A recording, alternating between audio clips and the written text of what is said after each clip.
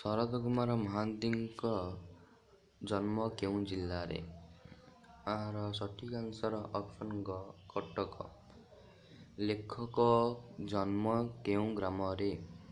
ଏହାର ସଠିକ୍ answer option ଖ ଜରିପଡ଼ା। ତାପର କ୍ୱେଶ୍ଚିନ୍ କି ଆମେ ଦେଖିବା 3 ନମ୍ବର କ୍ୱେଶ୍ଚିନ୍। ଲେଖକ ପ୍ରବୃତ୍ତିରେ କିପରି ଥିଲେ? ଏହାର ସଠିକ୍ ଆନ୍ସର ଅପସନ୍ ଗ ମନନଶୀଳ। ପରବର୍ତ୍ତୀ କ୍ୱେଶ୍ଚିନ୍। ନରେନ୍ଦ୍ର ବିବେକାନନ୍ଦ ଲେଖକଙ୍କର କେଉଁ ପୁସ୍ତକର ଅଂଶବିଶେଷ? ଅପସନ୍ ଖ ଛତ୍ରପତି ବିବେକାନନ୍ଦ। ତା ପରବର୍ତ୍ତୀ କ୍ୱେଶ୍ଚିନ୍ ଆମେ ଦେଖିବା 5 ନମ୍ବର କ୍ୱେଶ୍ଚିନ୍। ଶ୍ରୀରାମକୃଷ୍ଣ ପୃଥିବୀରୁ ବିଦାୟ ନେବା ବେଳକୁ ନରେନ୍ଦ୍ର କେତେ ବର୍ଷର ହୋଇଥିଲେ? ଏହାର ସଠିକ୍ ଆନ୍ସର ଅପସନ୍ କ 22 ବର୍ଷ।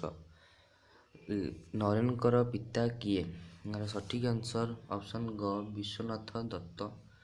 ତା ପରବର୍ତ୍ତୀ କ୍ୱେଶ୍ଚିନ୍ 7 ନମ୍ବର କ୍ୱେଶ୍ଚିନ୍ ଦେଖିବା ଅଛି। ଶ୍ରୀରାମକୃଷ୍ଣ ପୃଥିବୀରୁ ବିଦାୟ ନେବାର କେତେ ବର୍ଷ ପୂର୍ବରୁ ନରେନ୍ଦ୍ରଙ୍କର ପିତା ଇହଧାମ ତ୍ୟାଗ କରିଥିଲେ? ଏହାର ସଠିକ୍ ଆନ୍ସର 1 ବର୍ଷ ପୂର୍ବରୁ। ଅପସନ୍ କ ସଠିକ୍ ଆନ୍ସର।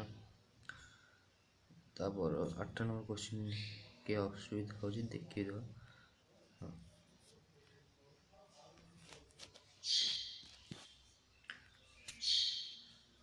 ନରେନ୍ଦ୍ର କାହାକୁ ହରାଇ ଏକୁଟିଆ ହୋଇଗଲେ? ଏହାର ସଠିକ୍ ଆନ୍ସର ଅପସନ୍ ଖ ଦୁଇ ପିତାଙ୍କୁ ହରାଇ।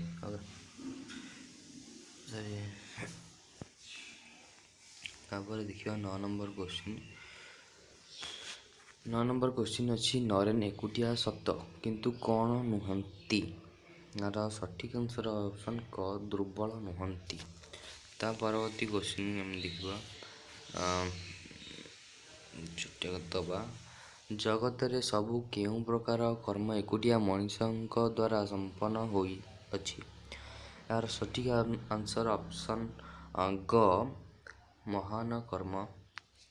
ତା ପରବର୍ତ୍ତୀ କ୍ୱେଶ୍ଚିନ୍। ନରେନ୍ଦ୍ର କେଉଁପରି ବୀରପୁରୁଷ ଥିଲେ? ଏହାର ସଠିକ୍ ଆନ୍ସର ହେଉଛି 11 ନମ୍ବର ଦୃଢ଼ମନା। ଅପସନ୍ ଗ। ପରବର୍ତ୍ତୀ କ୍ୱେଶ୍ଚିନ୍ ଆମେ ଦେଖିବା 12 ନମ୍ବର କ୍ୱେଶ୍ଚିନ୍।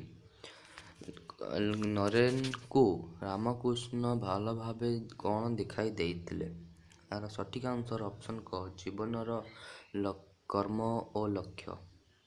ତା ପରବର୍ତ୍ତୀ କ୍ୱେଶ୍ଚିନ୍ ଦେଖିବା 13 ନମ୍ବର କ୍ୱେଶ୍ଚିନ୍।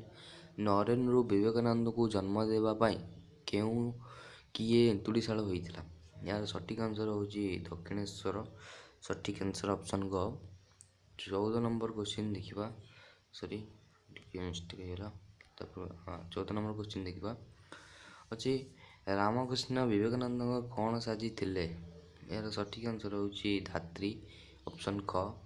ରାମକୃଷ୍ଣଙ୍କ ସହିତ ନରେନ୍ଦ୍ରଙ୍କର କେତେ ବର୍ଷର ସମ୍ପର୍କ ଥିଲା? ଏହାର ସଠିକ୍ ଆନ୍ସର ହେଉଛି 5-6 ବର୍ଷର ସମ୍ପର୍କ। ତା ପରବର୍ତ୍ତୀ କ୍ୱେଶ୍ଚିନ୍ ଦେଖିବା। ଟିକେ ବଡ଼ କରି ଦେଖିଦେବା। 16 ନମ୍ବର କ୍ୱେଶ୍ଚିନ୍ ଅଛି। କେଉଁ ସମାଧିର ଦିବ୍ୟ ଅନୁଭୂତି ପାଇବାକୁ ନରେନ୍ଦ୍ରଙ୍କର ବ୍ୟାକୁଳତା ଥିଲା? ଏହାର ସଠିକ୍ ଆନ୍ସର ହେଉଛି ନିର୍ବିକଳ୍ପ। ଅପସନ୍ ଖ ସଠିକ୍ ଆନ୍ସର। ଆଜି ସରିଯାଇଛି ଦର୍ପଣ ବହିର ପ୍ରଥମ ପେଜ୍ର ସମ୍ପୂର୍ଣ୍ଣ କ୍ୱେଶ୍ଚିନ୍। ଦ୍ୱିତୀୟ ଅଧ୍ୟାୟ ଆମେ ଖୁବ୍ ଶୀଘ୍ର ଆପଣମାନଙ୍କ ପାଇଁ ନେଇ ଆସିବୁ। ଏହି ଭିଡ଼ିଓ ଆପଣମାନଙ୍କୁ ଯଦି ଭଲ ଲାଗିଥାଏ ତାହେଲେ ହୃଦୟରୁ ଲାଇକ୍ କରନ୍ତୁ, ସବସ୍କ୍ରାଇବ୍ କରନ୍ତୁ ଏବଂ ସବସ୍କ୍ରାଇବ୍ ବଟନ୍ ଦାଢ଼ରେ ଥିବା ବେଲ୍ ଆଇକନ୍କୁ ଦବାଇ ଦିଅନ୍ତୁ, କାରଣ ଅନ୍ୟ ଭିଡ଼ିଓ ଗୁଡ଼ିକ ଆପଣଙ୍କ ପାଖରେ ସର୍ବପ୍ରଥମେ ପହଞ୍ଚି ପାରିବ। ରହୁଛୁ, ନମସ୍କାର, ଜୟ ଜଗନ୍ନାଥ।